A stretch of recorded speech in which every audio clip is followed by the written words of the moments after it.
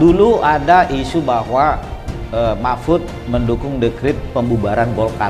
Keresahan publik ya terlihat bahwa tadi secara hukum kita sudah carut marut. Ketika beliau diberikan amanah untuk memimpin Indonesia bersama Pak Ganjar, tentu saja beliau akan mendedikasikan seluruh kemampuannya, seluruh waktunya, tenaganya, pikirannya untuk kemajuan bangsa Indonesia berdasarkan hukum. Sehingga apa yang menjadi keresahan kita hari ini tajam ke bawah, tumbul ke atas.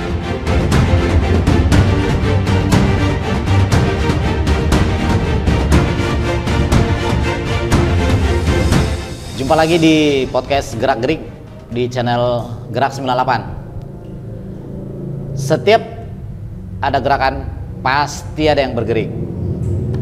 Saya Parto Bangun. Saat ini saya kedatangan seorang sahabat dan teman, Bung Ridwan Darmawan. Apa kabar, Bung? Baik, Bung. Ya, Bung.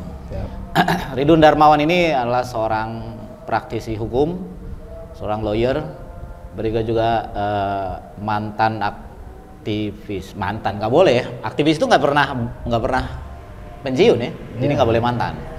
Jadi teman-teman aktivis 98 dulu di zaman penembangan rezim Orde Baru. Kali ini kita akan membahas soal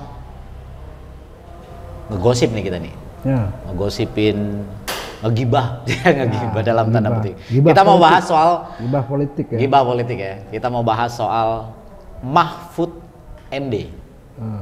Jadi bagaimana Mahfud MD di mata seorang praktisi hukum. Oke.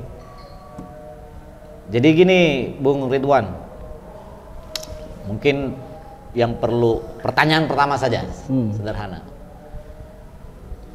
Kita agak mundur ke belakang dulu. Mahfud MD itu pernah hampir menjadi cawapres kan? Ya, di betul, 2019. betul. Bersama Jokowi ya. Betul. Menurut Bung Ridwan, kenapa dia gagal? Padahal katanya konon kabarnya itu sudah nyetel baju atau jas lah, udah dipesan, udah dijahit, tinggal pakai, tinggal dipanggil dan diumumkan. Iya. Itu kenapa kira-kira nggak jadi? Ya, saya kira mungkin pertama ya dinamika politik ya, bahwa di konteks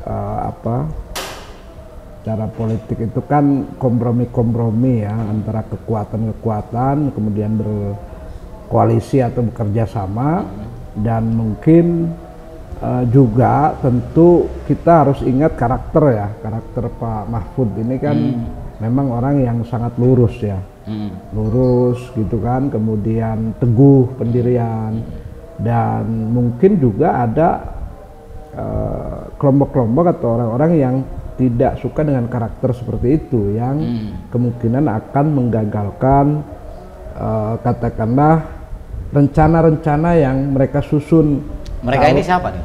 Ya tentu tadi orang yang kemudian berkoalisi atau mungkin oligarki yang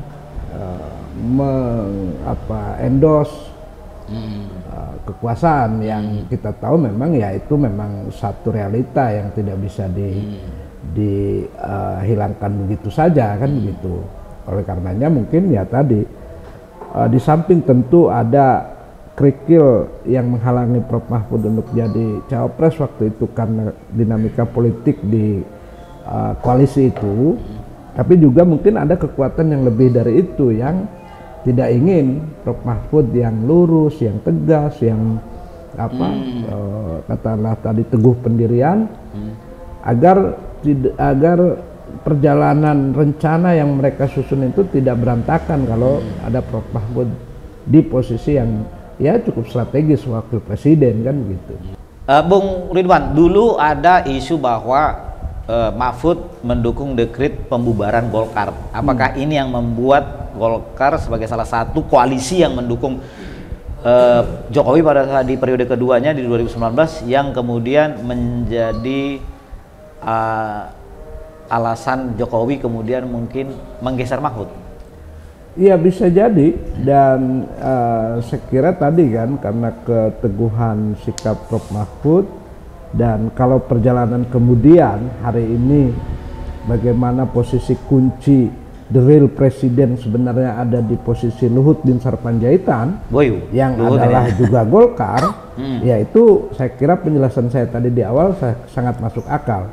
Kan begitu. Jadi pandangan ke depan Luhut terkait Prof Mahfud yang dihubungkan dengan sikap Partai Golkar yang mungkin masih baper terhadap sikap Prof Mahfud di era tahun 2000-an itu, ya bisa jadi itu adalah ya bagian dari dinamika politik, dan tentu juga ada dinamika di PKB dan P3 waktu itu kan. Ada Caimin dan juga ada Romahur Muzi yang memang faksi di NU-nya sendiri kan memang terjadi faksionalisasi ya, terutama dengan Golkar PKB-nya yang ada jaringan Gus Durian dan non Gus Durian kan gitu. Nah, Prof Mahfud ini kan salah satu yang juga simbol murid Gus Dur atau Gus Durian lah. Nah, sementara Caimin misalkan ya kan tahu sendiri ya perkembangan politiknya memang berangkat dari banyak orang itu adalah pencurian terhadap Gus Dur di PKB kan begitu. Jadi itu dinamika yang melingkupi itu semua lah. Begitu. Oke. Jadi saya coba mempertanya, artinya elit tidak menginginkan Mahfud pada saat itu ya? Iya, ya dalam konteks politik kan kadang kita bisa soal bottom up atau top down ini kan si kebijakan politik memang tentu tadi apakah ini adalah sikap elit politik secara umum atau tidak, yaitu kadang memang sulit dibaca dan dipelajari lebih lanjut, tapi paling tidak bahwa saya melihatnya seperti itu gitu ya. Terlepas bahwa mungkin ada hitung-hitungan elektoral juga ya terkait pemilu ini kan memang tidak bisa dilepaskan dari konteks elektoral kan. Nah, apakah mungkin alasan bisa dicari oleh mereka-mereka yang mungkin tidak menginginkan Prof Mahfud gitu kan, dengan alasan tadi mungkin tidak bisa nanti menginikan elektoral gitu kan, atau segala macamnya. Tapi tentu biasanya alasan yang ke publik ada latar belakang yang tidak terbuka juga sebenarnya kan begitu. Jadi ya itulah yang kemudian saya kira perjalanan itu sudah berlangsung gitu kan, yang kemudian Prof Mahfud diberikan diberikan Menko Polhukam di periode yang sekarang ini kan. Oke, bicara Menko Polhukam di periode kedua Jokowi, Bung Ridwan bahas soal Menko Polhukam nih. Bagaimana kinerja Mahfud sebetulnya selama di periode kedua pemerintahan Jokowi sebagai Menko Polhukam di mata Bung Ridwan sebagai praktisi hukum? Iya, saya kira cukup bagus dan qualified dan mampu mengorkestrasi kementerian-kementerian di bawah koordinatornya ya, di bawah koordinasinya untuk menghasilkan produk-produk layanan yang sesuai aturan tentu kan. Dan juga di tangan Prof Mahfud, Menko Polhukam ini juga tidak hanya sekedar koordinasi di atas meja, tapi juga mampu melahirkan satu terobosan-terobosan sebagaimana sering dilakukan Prof Mahfud di beberapa tempat penugasannya, termasuk di Mahkamah Konstitusi. Dia melahirkan term TSM itu ya, terstruktur, sistematis dan masif, yang sampai sekarang itu menjadi hukum positif yang kemudian diadopsi di Bawaslu, diadopsi di proses pemilu ya, baik pemilu legislatif presiden dan juga pemilu pilkada. Itu saya kira satu trademark yang monumental gitu kan dari seorang Prof Mahfud. Nah, di konteks Menkumham ini dia bisa melahirkan atau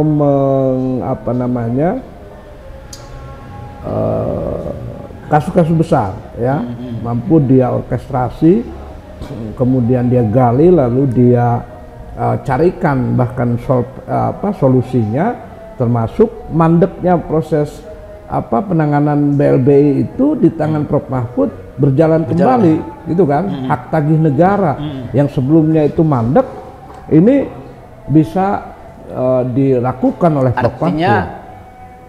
Prof Mahfud di masa jabatannya sebagai Menko Polhukam di periode kedua Jokowi punya legacy ya?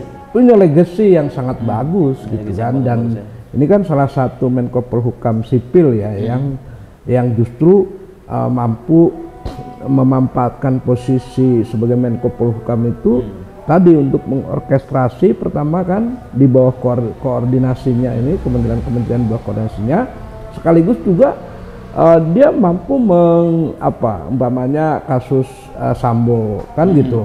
Itu beliau begitu mencolok untuk menekan atau mengarahkan bagaimana kepolisian, bagaimana Kompolnas kan gitu.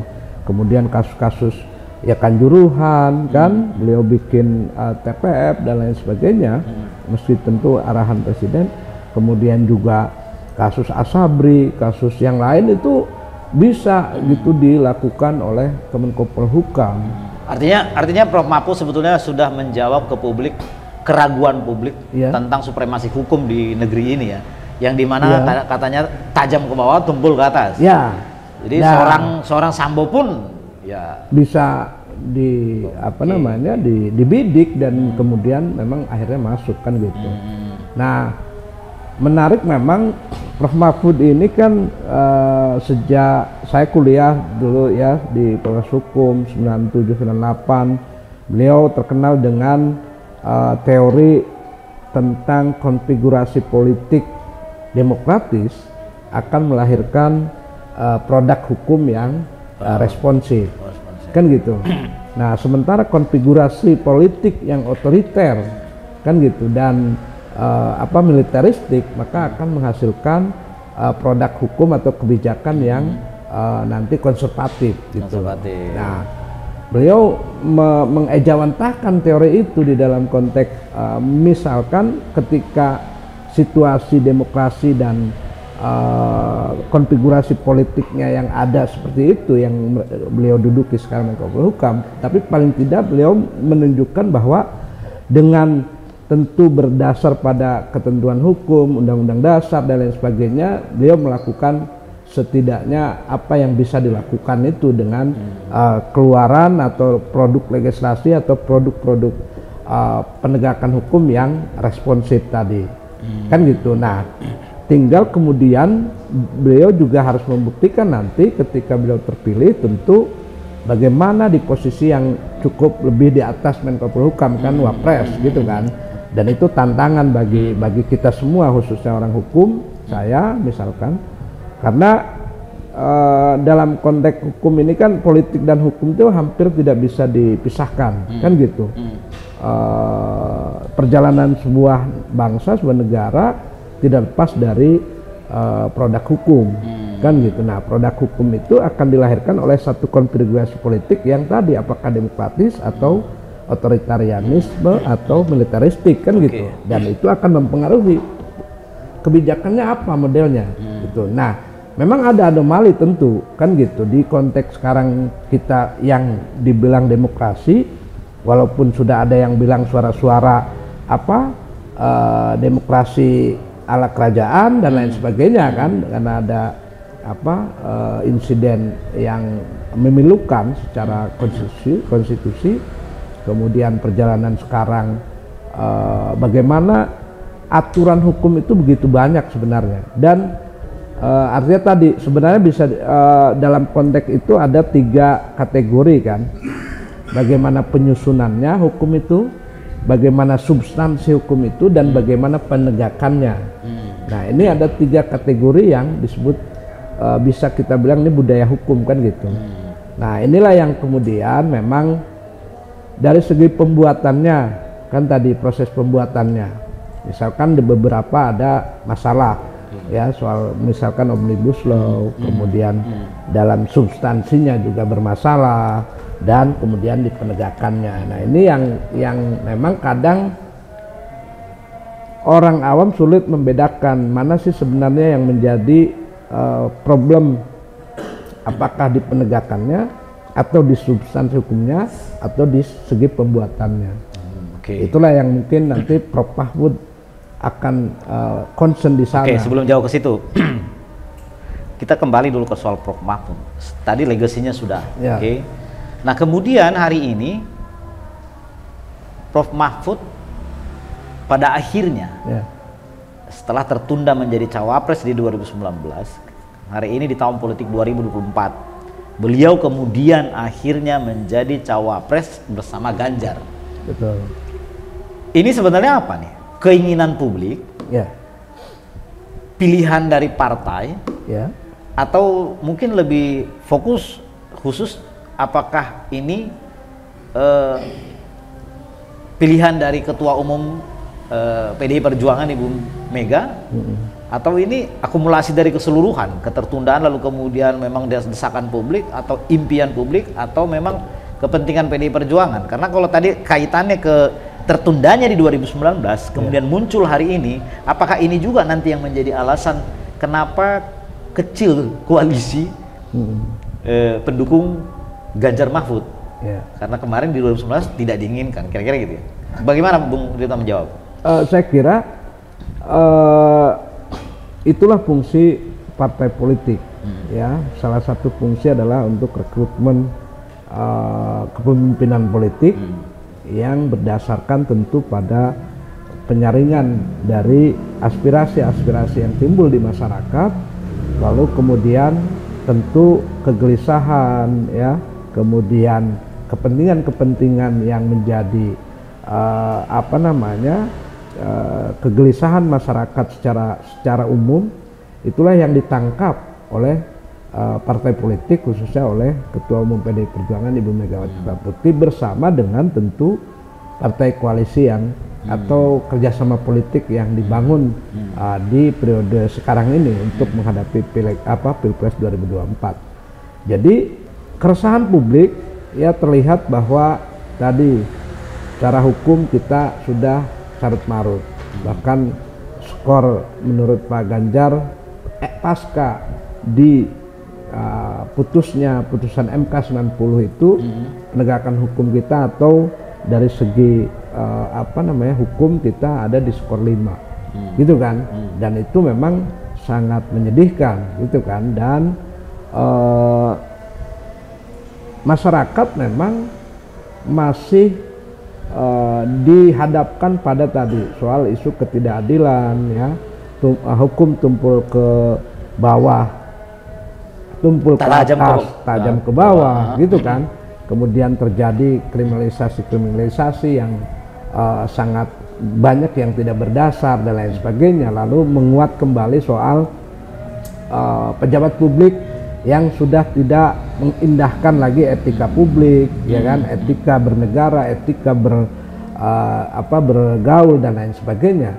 Nah, keresahan-keresahan itulah yang kemudian menempatkan Prof Mahfud pada posisi yang momentumnya sangat pas gitu kan, ditempatkan beliau di sebagai pendekar hukum, sebagai pendekar ruang publik, ya, untuk kemudian mengawal ini selama 5 tahun ke depan nanti, agar apa yang menjadi keresahan masyarakat itu kemudian bisa diminimalisir minimal, atau bahkan diajengkan kembali posisi hukum sebagai panglima, posisi hukum sebagai panduan kita bernegara, ya, dalam segi tadi konstitusinya, aturan-aturan turunannya dan lain sebagainya, ini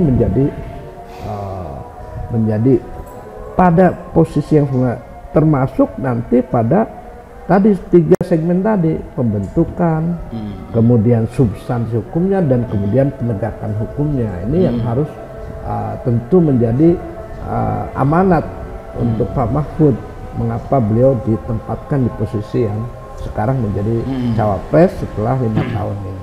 Ya, artinya begini, publik kan sempat punya opini begini, Bung. Di Republik ini adalah negara hukum, ya, di mana penegak hukum seenak udahnya melanggar hukum. Betul. Dengan Prof Mahfud menjadi presiden, apakah itu bisa terjawab ke publik, keraguan itu, untuk kemudian kepastian hukum di Republik ini bisa menjadi lebih kuat? Iya, justru saya kira tadi legacy, kemudian juga track record, rekam jejak dan perjalanan Prof Mahfud sampai hari ini itu adalah selalu tadi teguh pendirian gitu kan, kemudian ajak pada konstitusi dan aturan main, lalu tentu menabrak siapapun ya yang tidak sesuai hukum. Kan begitu. Jadi artinya penegak hukum melanggar hukum pun ya harus dihukum. Ya harus dihukum, gitu. Karena kan. Semua sama di mata hukum. Semua sama di mata hukum. Dan itu bukan hanya kita dianggap, tapi memang konstitusi kita mengamanatkan pasal 1 ayat 3-nya Indonesia adalah negara hukum. Kan begitu. Tapi sebagai eksekutif kan nanti kan cawapres, eksekutif. Sebagai eksekutif bisa gak sih melahirkan produk undang-undang? Ya tentu. Bukan itu di Senayan nanti. Tentu kan produk-produk yang bersifat administratif ya, yang konteksnya adalah ranah eksekutif, yaitu bisa dilahirkan. Tapi paling tidak kita ini memang problematikanya adalah di soal keteladanan, etika, ya, etika keteladanan para pemimpin, ya, yang tadi satunya kata dan perbuatan, kan begitu. Nah, carut marutnya kita di akhir periode sekarang ini adalah karena ketiadaan keteladanan dari pemimpin tadi soal satunya kata dan perbuatan. Nah, saya kira meski memang tentu pembuatan regulasi itu ada di kewenangannya Presiden dan DPR, tetapi tentu minimal meski Pak Prof Mahfud adalah sebagai wapres ya, tetapi ya kita berharap nanti Pak Ganjar dengan Pak Mahfud bisa berbagi peran di sana ya, soal Pak Mahfud, karena Pak Mahfud sudah lebih banyak di konteks regulasi baik pembuatan tadi segala macam. Pak Mahfud silahkan katakanlah concern di sana, kan gitu. Nah, saya di concern dengan Pak Ganjar, maksudnya dengan yang lebih. Bung Ridwan yakin itu ya, artinya bahwa Prof Mahfud tidak akan menjadi yang sebelumnya kan, yang udah wapres itu adalah ban serep. Saya yakin dengan Prof Mahfud ya, dengan karakternya, dengan tentu dengan tetap bersandar pada ketentuan perundang-undangan ya. Tetapi karakter Prof Mahfud adalah orang yang selalu ingin mencari terobosan-terobosan, inovasi yang tentu tidak keluar juga dari aturan main dan ketentuan. Jadi, tetapi ternyata itu memang dibutuhkan gitu ya. Ya, artinya kan setiap zaman berkembang, regulasi juga berkembang menyesuaikan zaman. Adaptif ya. Adaptif.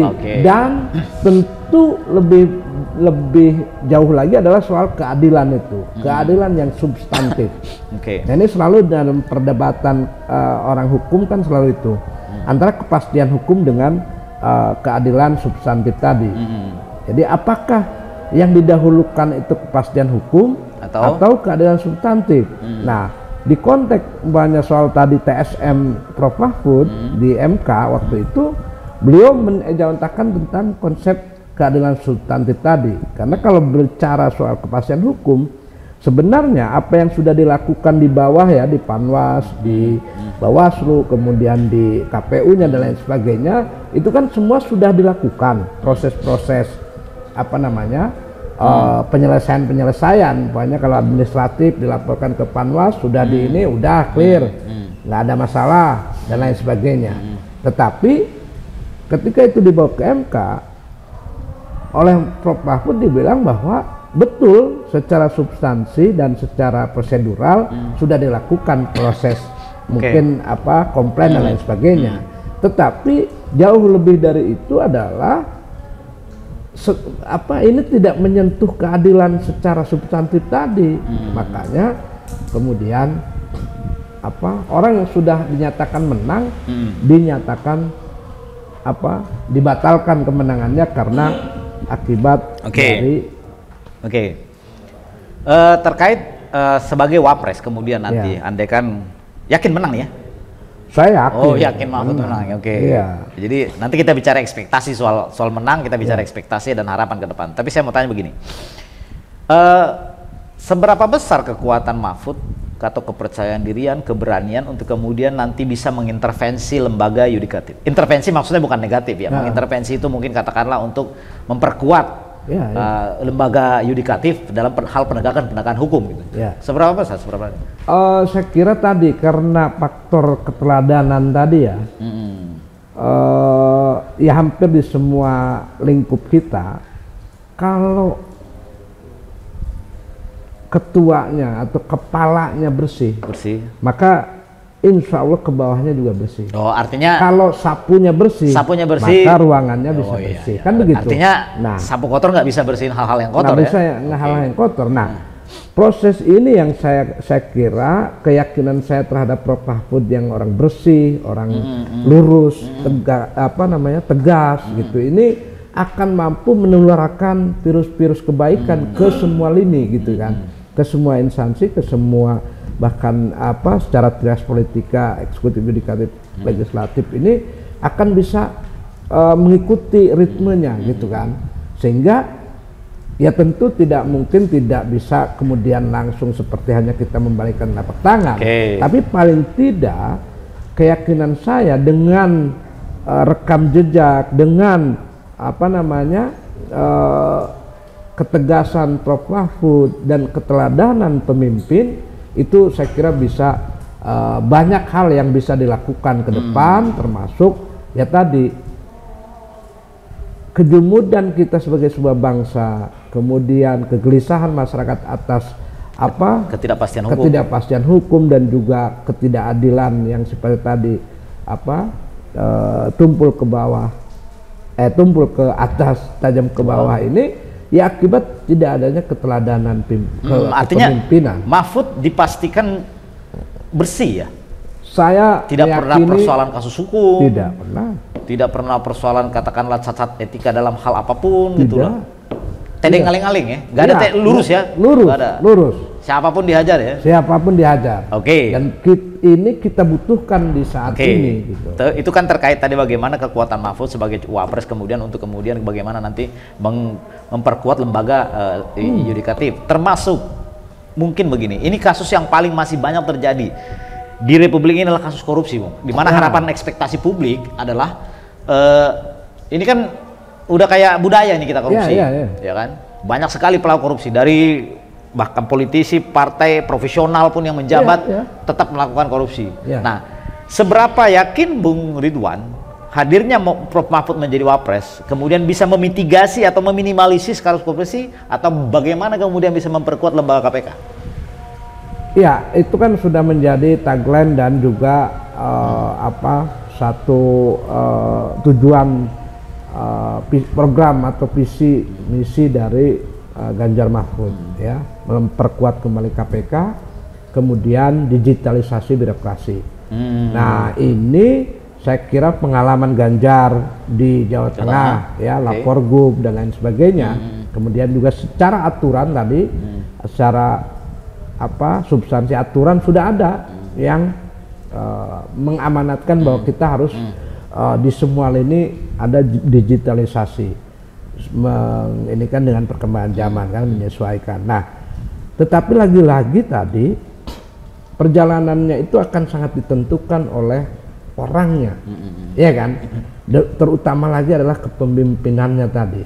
Nah, kalau duet Ganjar yang sudah berpengalaman secara eksekutif 2 periode dan melahirkan juga terobosan-terobosan, kemudian ganjaran dari baik KPK maupun dari lembaga-lembaga lain soal bersihnya pemerintahan di Jateng, dihubungkan dengan Prof Mahfud, ini sangat klop saya kira.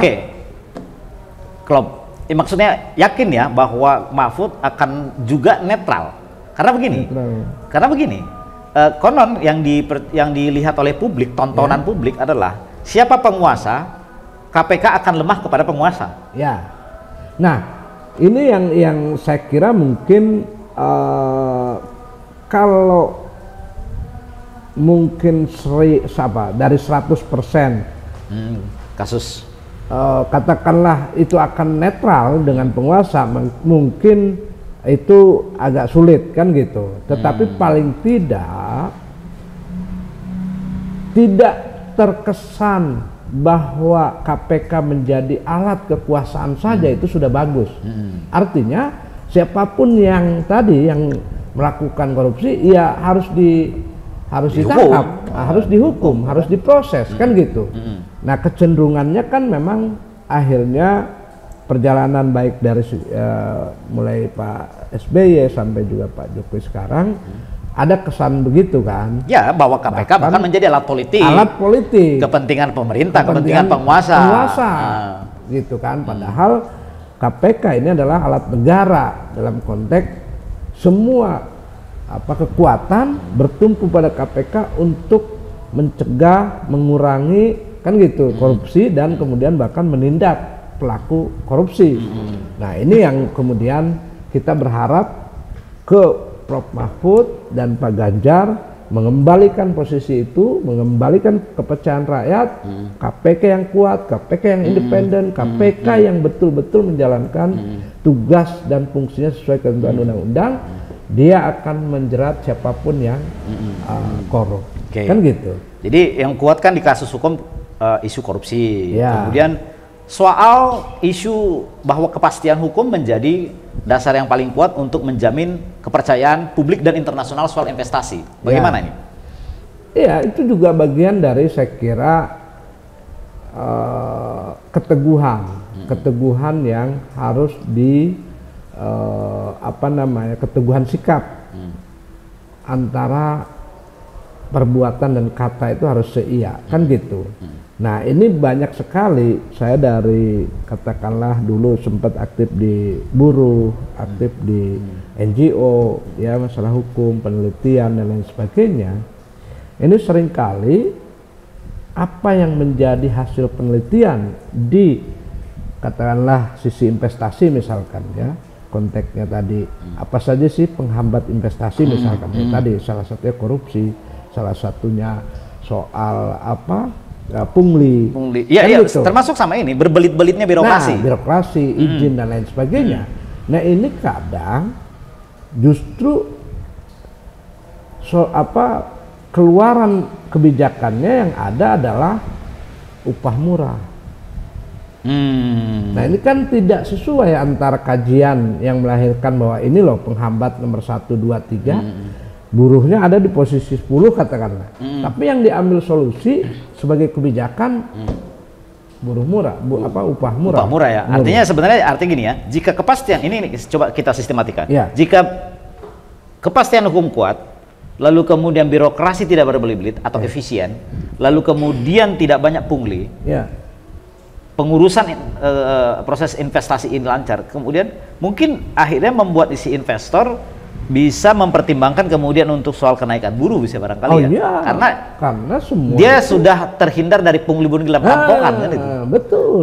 Dan itu tentu orang pengusaha itu atau investor itu kan butuh konteksnya kan mereka real ya soal banyak pengeluaran ya, kemudian kepastian soal pengeluaran itu untuk apa dan lain sebagainya, lalu keuntungan dan sharing untuk ya baik untuk buruhnya untuk ya pajak dan sebagainya itu terukur semua kan gitu. Oke, tadi agak kebetulan Bung Ridwan bahas soal pajak, termasuk juga pajak barangkali. Artinya dengan kepastian hukum semua pengusaha artinya wajib pajak badan tentu akan semakin disiplin barangkali nanti ya. Oh iya, artinya itulah makanya saya bilang tadi dengan kepemimpinan yang kuat ya, bahkan bisa kita bilang nih duit tunggal ini Bung Ganjar dan Prof. Mahfud ini kita harapkan memang kemudian menjadi center gitu kan, menjadi fokus perbaikan di semua lini dari kepemimpinan mereka ini gitu kan, sehingga menjalarkan virus-virus kebaikan itu bukan hanya di sekitar istana kemudian birokrasi lebih ke bawah juga, karena itu juga ada problem di sana kan, bahwa kadang di atasnya sudah bagus tapi birokrasi ke bawahnya ini yang luput dari pantauan para pengambil kebijakan, karena ternyata mereka sudah mendarah daging soal birokrasi ini gitu kan. Nah ini juga diharapkan nanti kalau bisa, banyak kalau Ahok pernah punya legasi di Jakarta soal birokrasi kan, apa ada istilah lelang jabatan atau lelang ini. Nah di konteks nasional juga harusnya juga, meski memang sebenarnya udah diadopsi apa yang dilakukan oleh Ahok itu di Jakarta, kemudian di tingkat nasional juga memang sudah di beberapa daerah ya? Sudah dilakukan. Nah mungkin ada terobosan-terobosan baru lagi nanti Ganjar atau Prof Mahfud untuk hal-hal semacam itu, agar penyegaran soal birokrasi, kemudian keluaran yang dihasilkan dari birokrasi yang segar itu menambah tadi kepastian hukum, menambah kepercayaan publik, ya. Investor itu yang dan penting, sebagainya. Gitu. Oke. Nah ini diskusi yang menarik, Bung, karena waktu kita coba ini. Ada pertanyaan yang cukup menarik nih. Saya tergelitik dengan statement seorang Budi Ari dalam sebuah forum, di mana dia bilang, saya nggak tahu ini ada hubungannya atau tidak. Saya cuma ketika kita berdiskusi tadi, saya kok jadi menghubung-hubungkan statement dari Budi Ari. Begini dia bilang, ini kalau kita kalah, Budi Ari kan mendukung Prabowo Gibran 02. Ya. Ini kalau kita kalah nih, tentu konteksnya bukan kalah terhadap Anies, kalah ke Ganjar mungkin. Karena saya coba terjemahkan yang tersirat. Masuk penjara nih kita nih semua. Kira-kira apa tuh maksudnya? Ya tentu tadi mungkin apakah itu konteksnya terkait pengelolaan ya kenegaraan selama periode, apakah 2 periode atau 1 periode ini yang dilakukan secara acak-acakan, secara tidak terstruktur, tidak sistematis dan tidak baik katakanlah, yang kemudian melahirkan kecemasan bagi mereka karena apa yang dilakukan misalkan ya soal IKN itu kan kalau merunut pada katakanlah kan visi misi ya capres, itulah yang menjadi domain untuk dilakukannya pembangunan selama atau RPJMD acuannya.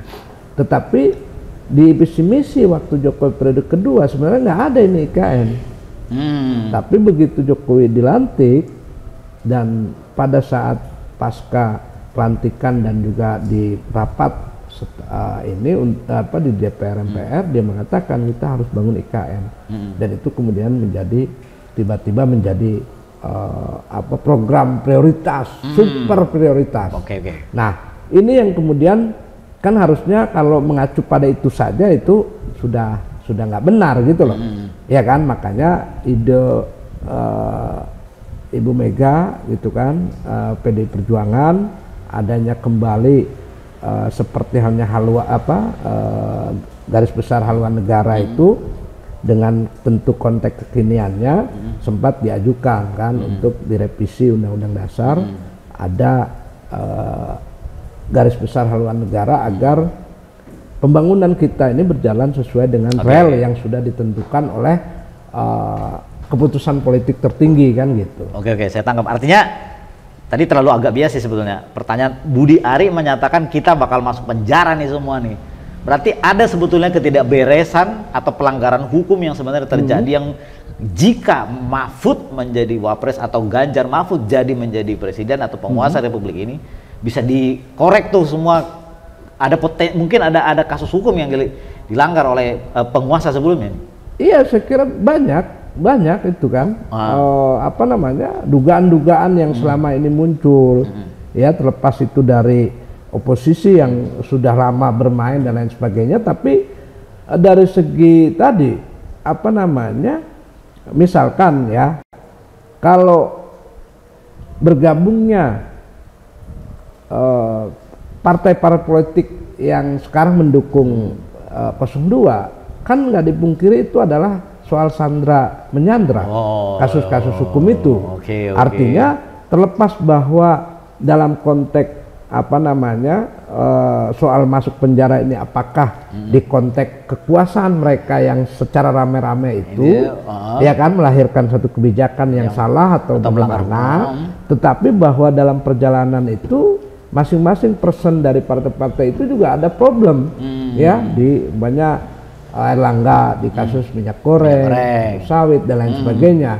Kemudian mungkin di tempat lain ada lagi ya, kan gitu. Kabarnya Julhas juga ada problem. Kemudian ada lagi siapa? Nah ini semua adalah sesuatu yang hari ini menunjukkan hukum masih mengacu pada politik.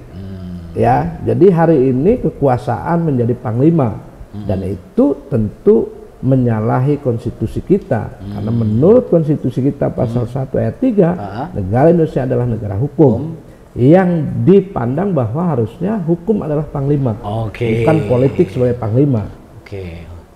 Hukum yang harus menjadi panglima. Hukum yang harus menjadi panglima. Dan hukum tidak boleh sebetulnya diintervensi oleh politik ya. Tidak boleh dalam pengertian tadi, khususnya di soal penegakan hukumnya. Karena penegakan hukumnya harusnya sejalan dengan apa yang digariskan oleh hukum. Gitu. Oke, luar biasa. Diskusi yang cukup menarik sebetulnya ya. Sayang sekali karena keterbatasan waktu, Bung Ridwan. Baik. Kita harus akhiri. Tapi untuk terakhir coba closing statement sebagai seorang praktisi hukum, lawyer, kebetulan sebagai aktif juga ya di partai politik dan nyalek ya kebetulan ya. Ya, saya caleg kebetulan nyalek di PDI Perjuangan. PDI Perjuangan di Dapil Bogor 5. Ke kabupaten ya. Kabupaten Bogor ya. Dapil 5. Oke. Closing statement dulu, Bang. Sebagai praktisi hukum melihat sosok Mahfud, bagaimana harapan Bung Ridwan kemudian terhadap sosok Mahfud sebagai wapres kemudian mendampingi Ganjar dalam perjalanannya mengurus negara? Coba. Ya, saya sebagai praktisi hukum mengajak tentu khususnya pertama para praktisi hukum, para lulusan sarjana hukum dimanapun dan mahasiswa hukum yang sudah punya hak pilih, ayo kita pilih sosok ini bukan kaleng-kaleng. Sosok ini adalah orang yang lurus, orang yang tegas, orang yang teguh pendirian pada aturan, pada hukum, pada konstitusi, sehingga saya yakin ketika beliau diberikan amanah untuk memimpin Indonesia bersama Pak Ganjar, tentu saja beliau akan mendedikasikan seluruh kemampuannya, seluruh waktunya, tenaganya, pikirannya untuk kemajuan bangsa Indonesia berdasarkan hukum. Sehingga apa yang menjadi keresahan kita hari ini, hukum ya tajam ke bawah, tumbul ke atas, hukum masih sangat berpangku atau sangat berpihak pada politik, katakanlah pada kekuasaan, ini bisa dihindari di eranya Pak Mahfud. Jadi mari kita song-song 2024 kasih amanah untuk orang yang benar, untuk orang yang lurus. Terima kasih. Luar biasa. Terima kasih Bung Ridwan. Terima kasih. Baiklah, kita akhiri podcast Gerak-Gerik. Jangan lupa like, subscribe, komen, dan share. Agar kemudian podcast Gerak-Gerik bisa hadir kembali di tengah-tengah Anda. Terima kasih.